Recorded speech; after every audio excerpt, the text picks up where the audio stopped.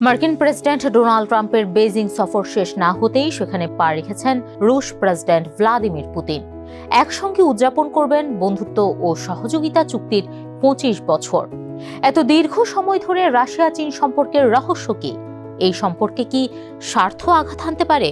Putin Xi Jinping সম্পর্কে কি ফাটল ধরতে পারে? সেই আশঙ্কা কতটা?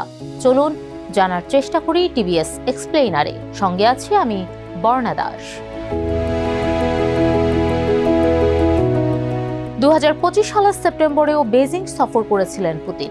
সেই সফরে তিয়ানানমেন স্কোয়ারে শি জিনপিং এর সঙ্গে হাঁটার সময় মানুষের আয়ু ও অঙ্গ প্রতিস্থাপন নিয়ে খোলামেলা কথা হয় দুজনে। পুতিন বলেছিলেন, অঙ্গ প্রতিস্থাপন করতে থাকলে মানুষ আরও দীর্ঘজীবী হতে পারে, এমনকি অমরত্বও পেতে পারে। জবাবে শি বলেছিলেন, কেউ কেউ ধারণা করছেন এই শতাব্দীতেই মানুষ ১৫০ বছর পর্যন্ত বাঁচতে পারে। সম্মিলিতভাবে টানা ৩৯ বছর ধরে ক্ষমতায় থাকার পরও যখন দুই রাষ্ট্রপ্রধান নিজেদের আয়ু বাড়ানো নিয়ে আলোচনা করেন, তখন বোঝা যায় খুব সহসায় পদত্যাগের ইচ্ছে নেই তাদের। এই কথোপকথনে আরও একটি বিষয় পরিষ্কার, দুই রাষ্ট্রপ্রধানের বন্ধুত্বের গভীরতা। প্রায় এক দশক পর মার্কিন প্রেসিডেন্ট ট্রাম্পের বেজিং সফর ছিল বেশ জাঁকজমকপূর্ণ। রাজকীয় আয়োজন ছিল তাকে কেন্দ্র করে।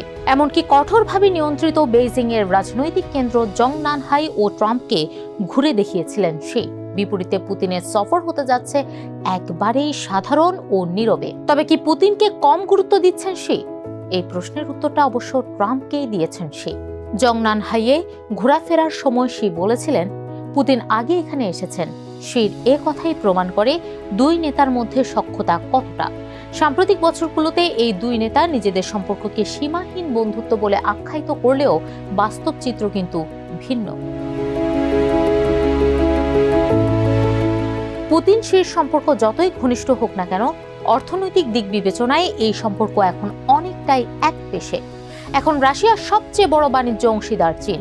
বিপরীতে রাশিয়ার অংশ চীনের মোট বাণিজ্যের মাত্র ৪%। বিশাল এই ব্যবধানের পেছনে চীনের বৃহৎ অর্থনীতি ও মস্কোর উপর পশ্চিমা নিষেধাজ্ঞার প্রভাব রয়েছে।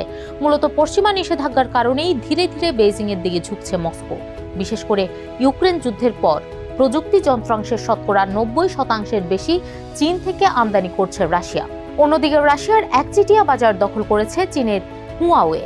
এই একপাক্ষিক সম্পর্ক সব সময়ই ঝুঁকিপূর্ণ, জানিয়ে Carnegie Russia Eurasia centre think ট্যাঙ্কের পরিচালক আলেকজান্ডার গাবুয়েভ বলেন, সম্পর্কটি অত্যন্ত অসময় এবং দুই দেশের মধ্যে যে কোনো চুক্তি সম্ভবত চীনের শর্তেই হবে। রাশিয়া পুরোপুরি চীনের হাতে পুতুল এবং চীনই শর্তগুলো নির্ধারণ করে দিতে পারে। রাশিয়া এখন চীনের উপর অনেক বেশি নির্ভরশীল, তবে অধীনস্থ নয়। এই অসম সম্পর্কের ঝুঁকি বোঝেন পুতিন, জানিয়ে রাশিয়ান আন্তর্জাতিক বিষয়ক কাউন্সিলের প্রধান দিমিত্রি ত্রেনিন বলেন, রাশিয়া কখনোই চীনের আনুগত্য রাষ্ট্র হতে চায় না। রাশিয়া একটি বড় শক্তিধর দেশ এবং তাদের ছোট অংশীদারে পরিণত হওয়া উচিত নয়। কিন্তু বাস্তবে চীনের মতো বড় ক্রেতা ও বাজার ছাড়া রাশিয়ার খুব বেশি বিকল্প নেই।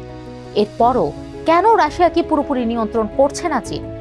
এর কারণ হিসেবে বিশেষজ্ঞরা মনে করেন, অতিরিক্ত চাপ দিলে রাশিয়ার অভ্যন্তরে বিরূপ প্রতিক্রিয়া তৈরি হতে পারে। তাই মস্কোকে জোরপূর্বক নিয়ন্ত্রণ করতে চায় না বেইজিং। ২০২৩ সালে মস্কো সফরে পুতিনকে ইউক্রেনে পারমাণবিক অস্ত্র ব্যবহার না করার অনুরোধ জানিয়েছিলেন শি জিনপিং। যদিও এর কয়েকদিন পরই বেলারুশে পারমাণবিক অস্ত্র মোতায়েনের ঘোষণা দেন পুতিন।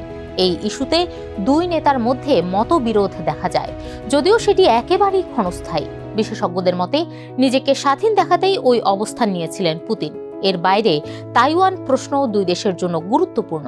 ইউক্রেন যুদ্ধকে পরীক্ষাগার হিসেবে দেখছে চীন। ভবিষ্যতে কোনো সংঘাত হলে রাশিয়ার অভিজ্ঞতা কাজে লাগাতে চায় দেশটি, যে কারণে রাশিয়ার কাছ থেকে সামরিক প্রযুক্তি ও সরঞ্জাম কেনে বেইজিং। মূলত রাশিয়া চীনকে এক সুতোয় বেঁধেছে পশ্চিমা বিরোধী অবস্থান। এর বাইরে দুই দেশের সম্পর্ক গভীর করার পেছনে বড় ভূমিকা রয়েছে জ্বালানি পণ্যের। চীনের জন্য রাশিয়ার জ্বালানি বেশ গুরুত্বপূর্ণ। সম্প্রতি হরমুজ প্রণালী বন্ধ হওয়ায় এর প্রয়োজনীয়তা আরও বেশি করে উপলব্ধি করতে পারছে বেইজিং, যে কারণে সম্প্রতি মঙ্গোলিয়ার উপর দিয়ে পাইপলাইন নির্মাণের একটি চুক্তি করেছে দুই দেশ, যেখান দিয়ে বছরে 50 বিলিয়ন ঘনমিটার গ্যাস পাবে চীন। শুধু সম্পর্কের কারণেই মানবাধিকার ইস্যুতে কখনোই একে অপরের সমালোচনা করে না বেইজিং মস্কো, উল্টো আন্তর্জাতিক অঙ্গনে একে অন্যকে সহযোগিতা করে। এই নমনীয়তাই দুই দেশের সম্পর্ক টিকিয়ে রেখেছে। রাশিয়া চীন সম্পর্কের পেছনে বড় ভূমিকা আছে দীর্ঘ সীমান্ত ও পারস্পরিক স্বার্থ। 4000 কিলোমিটারের বেশি দৈর্ঘ্যের সীমান্ত এখন দুই দেশের সহযোগিতার ভিত্তি, যা দ্বিপক্ষীয় বাণিজ্যকে সহজ করেছে। এছাড়া ভিসামুক্ত ভ্রমণ সুবিধা থাকায় দুই দেশের মানুষের মধ্যেও সম্পর্ক গভীর হচ্ছে। বসবাসের জন্য ইউরোপের বিকল্প হিসেবে রুশ নাগরিকদের কাছে জনপ্রিয়তা বাড়ছে চীনের। শিক্ষা ও গবেষণায় স্কলারশিপ দিয়ে রাশিয়ানদের আকৃষ্ট করছে বেইজিং। সব মিলিয়ে অদূর ভবিষ্যতে এই সম্পর্ক ভেঙে পড়ার আশঙ্কা তুলনামূলক কম, কেননা দুই দেশই বুঝতে পারে পশ্চিমাদের মোকাবেলা করতে নিজেদের একজোট হয়ে থাকা ও সহযোগিতা ছাড়া বাস্তবসম্মত বিকল্প খুব একটা নেই।